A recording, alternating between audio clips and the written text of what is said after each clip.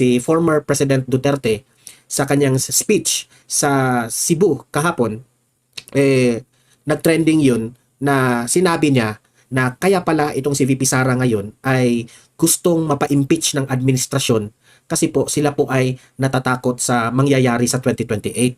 Na kung tatakbo si VP Sara bilang presidente sa 2028, yan ang pinaghahandaan nila. They have to impeach VP Sara para hindi makatakbo. Okay? So, pareho tayo ng analysis ni former President Duterte. Dito sa vlog natin sa Don Mar TV, yan lagi ang ating sinasabi, di ba? Hindi tayo nagkamali. Yan rin ang parang pananaw ni Tatay Digong sa upcoming sa election 2028. Okay? So yan, ipapakita ko yung balita na yan. Tapos, sinagot yan ni Bersamin na si Duterte raw is lying. Ha? Nagsisinungaling raw si Duterte dito at inventing hoax raw. Di ba? Ganyan ang mga atakdog ni Marcos. Narito ang Balitang Pinoy TV.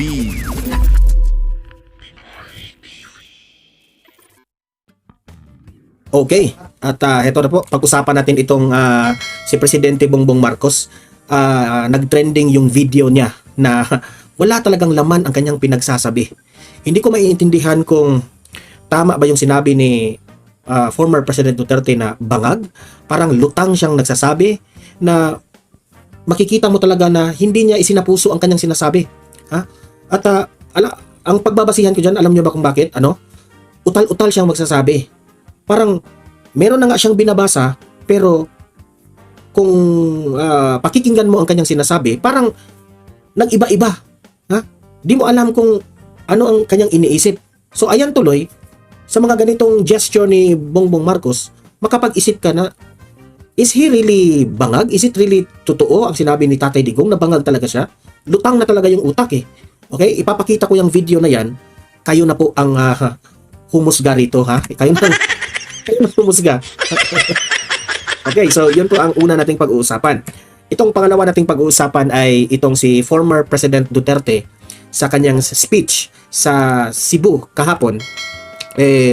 Nagtrending yun na sinabi niya na kaya pala itong si VP Sara ngayon ay gustong mapa-impeach ng administrasyon kasi po sila po ay natatakot sa mangyayari sa 2028. Na kung tatakbo si VP Sara bilang presidente sa 2028, yan ang pinaghahandaan nila. They have to impeach VP Sara para hindi makatakbo. Okay? So, pareho tayo ng analysis ni former President Duterte. Dito sa vlog natin sa Don Mar TV, yan lagi ang ating sinasabi, di ba? Hindi tayo nagkamali. Yan rin ang parang pananaw ni Tatay Digong sa upcoming sa election 2028. Okay? So yan, ipapakita ko yung balita na yan. Tapos, sinagot yan ni Bersamin na si Duterte raw is lying. Ha? Nagsisinungaling raw si Duterte dito at inventing hoax raw. Di ba? Ganyan ang mga atakdog ni Marcos. Ha? So, ayon dito kay Bersamin, itong executive officer ni ni Bongbong Marcos, Duterte is lying and inventing hoax. Okay? Papakita ko yan mamaya. And then, after Bersamin nagbigay ng statement ng ganyan, nag-response rin itong si former President Duterte. Sumagot siya dito kay Bersamin. Ipapakita ko sa inyo kung ano yung sagot ni Duterte dyan na tinawag siyang sinungaling at inventing hoax raw. Okay? So, yun po ang pag-uusapan natin ngayon. Mainit itong balita. Kayo pang unang nakarinig dito sa ating reaksyon patungkol po dito sa sagutan ng Malacanang at ni Tatay Digong. Pero bago natin ito pag-uusapan, help me po na i-like muna ha at i-share itong video na ito para guys kakalat ito sa taong bayan. Okay, sabay-sabay nating i-like muna at i-share itong video natin, Facebook at YouTube. 1, 2, 3, go! Okay, like and share para maraming makalam. And also guys, paki-subscribe at paki-follow ito para lagi kayong updated sa mga balita na kagaya nito. At ma-notify ang inyong mga cellphones kung meron tayong breaking news. Okay? So, kagaya nito, breaking news ito. So, sabay-sabay natin i-follow, i-subscribe, Facebook at YouTube. Ready? Follow, subscribe. 1, 2, 3, go! Ayan, thank you very much. Okay, nakasubscribe na ba lahat? Okay, so unahin muna natin itong video ni Presidente Bongbong Marcos. Walang laman ang mga pinagsasabi sa kanyang mga talumpati. Ha? Kitang-kita mo na hindi isinapuso ang kanyang mga sinasabing statement sa kanyang talumpati. Okay? At bakit natin nasabi yan? Kasi utal-utal yung mga ano niya. Kayo nang humusga ha. O, ipakita ko sa inyo. Okay, Bongbong Marcos, pasok. Meron po tayong kadiwa sa labas kung saan nakakapagbigay po tayo ng mga iba't Na, yan. Grabe ka naman, Bongbong Marcos. Nagsalita ka, biglang inubuhan mo yung audience, ha? Ay, ako na magpapaliwanag para sa kanya, ha? May kadiwa raw sa labas, ha? May kadiwa raw sa labas. Pero di ko alam bakit parang paikot-ikot yung kanyang sinabi. Pero ang point doon, may kadiwa sa labas. Tapos, umubo pa. meron po tayong kadiwa sa labas. Meron kadiwa sa labas. Tapos, kung merong kadiwa sa labas, anong nangyari? Kung saan nakakapagbigay po tayo ng mga iba't Ano, nagkapagbigay para ng ubo. Yan ang... Di ba? Kung ikaw, ang isang leader na alam mo kung ano yung mga pinagsasabi mo, kung galing yan sa puso, hindi mo na kailangan magbasa. Hindi ka na maging utal-utal pa sa mga sinasabi mo kung alam mo ang mga ano. Sabi niya, may umubo. Ubo pala. Hindi pala kadiwa yun. Bongbong Marcos, ha? Ubo pala yung binigay, ubo. Joke laman yan, ha? Pero, hoy, Bongbong, ha? Nagpa-check up ka ba sa doktor mo? Kasi inuubo ka na. Baka, Bongbong, ha? Nasubrahan kayo sa party-party o nasubrahan kayo sa hangover kayo, ha?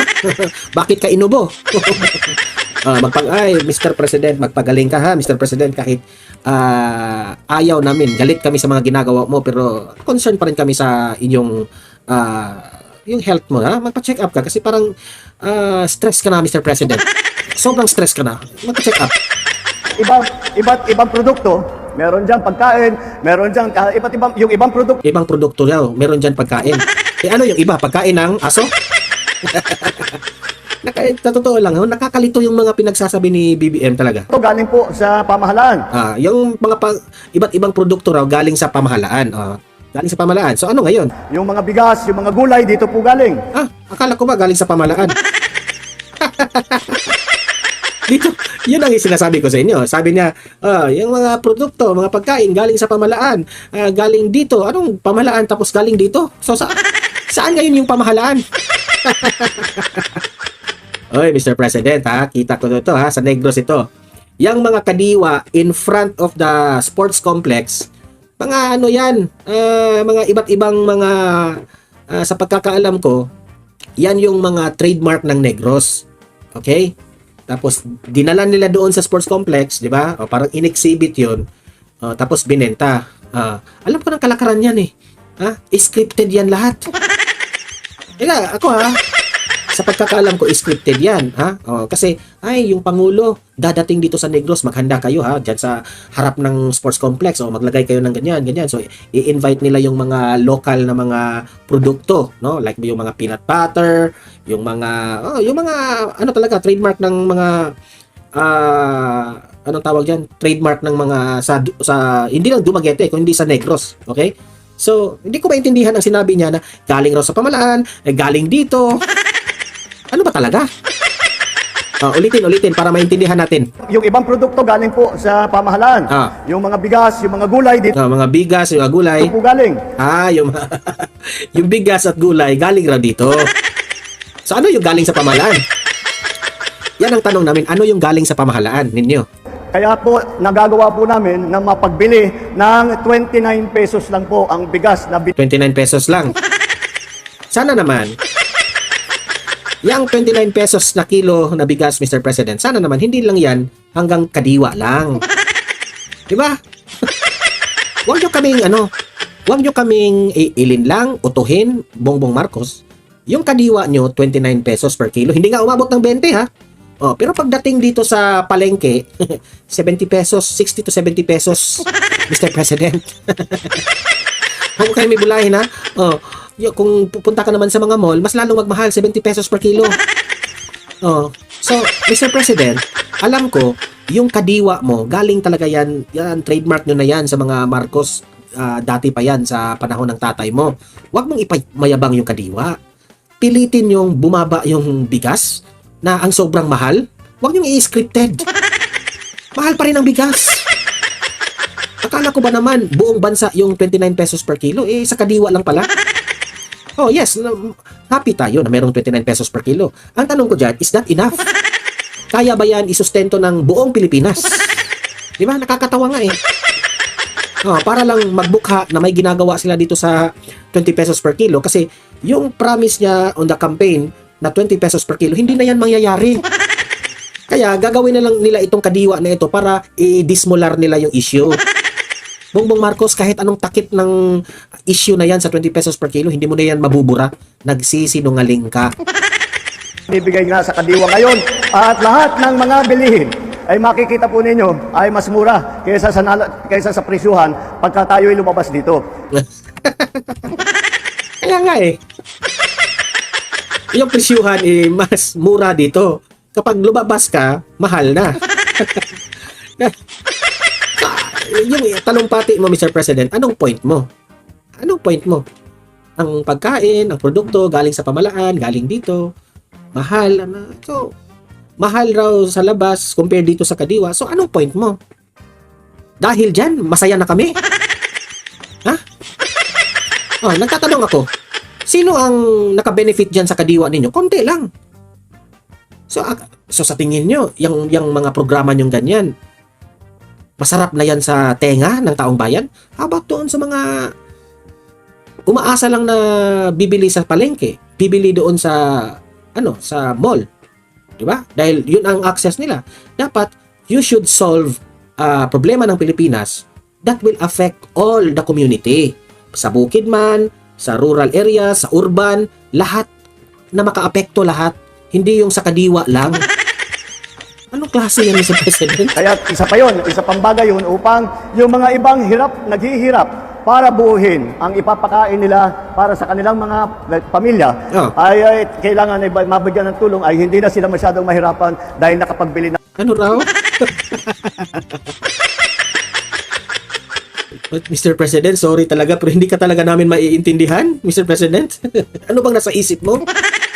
Po ng mga iba't ibang produkto na nakamura sila at kahit papano nabigyan natin ng tulong ng pamahalaan. Apa, nasaan yung tulong? Tuloy po ito. Hindi lang po ito dito sa Dumaguete. Saan Ginagawa po namin ito sa buong Pilipinas. Kung habang ginagawa po natin ito, hindi po kung saan Huminga ka muna. Huminga ka muna. Itong talumpati niya, it really shows na parang hindi siya mapakali hindi siya mapakali. Siguro hindi niya alam ang kanyang sasabihin. Ganyan ang ito this is my opinion already Ganyan yung tao na ikaw mag-explain ka na you are not so sure o you are kung nagsisinungaling ka. Magkautal-utal ka talaga at hindi ka mapakali kung ano ang susunod mong sasabihin dahil po nag-iisip ka kung ano yung sasabihin mo. Hanggang humantong ka sa kasinungalingan. Humantong ka na naman sa paasa at promises na hindi matuloy. Yan ang hirap sa iyo, Mr. President lang ako pupunta. Patuloy po yung mga ginagawang job fair at saka yung DSWD assistance at saka yung kadiwa. Guminhawa ka muna. Breathe, Mr. President. Breathe. Para hindi ka matataranta sa pinagsasabi mo. Ay habang ginagawa po natin ito dito sa Dumaguete, ay may ginagawa din po sa mga iba't ibang lugar. Meron pa tayo. Okay, so yun na po Kayo nang humusga. Ako sa tingin ko, this is my own opinion siya po ay nag-iisip kung ano ang sasabihin. Kasi promise na naman ito na parang di ba? Like what he did patungkol po. Ito na nga mga kabalita. Ano na ang masasabi nyo patungkol sa balitang ito? Please comment down below mga kabalita. Pag-usapan natin yan sa comment section. At kung di ka pa nakasubscribe sa ating channel, baka naman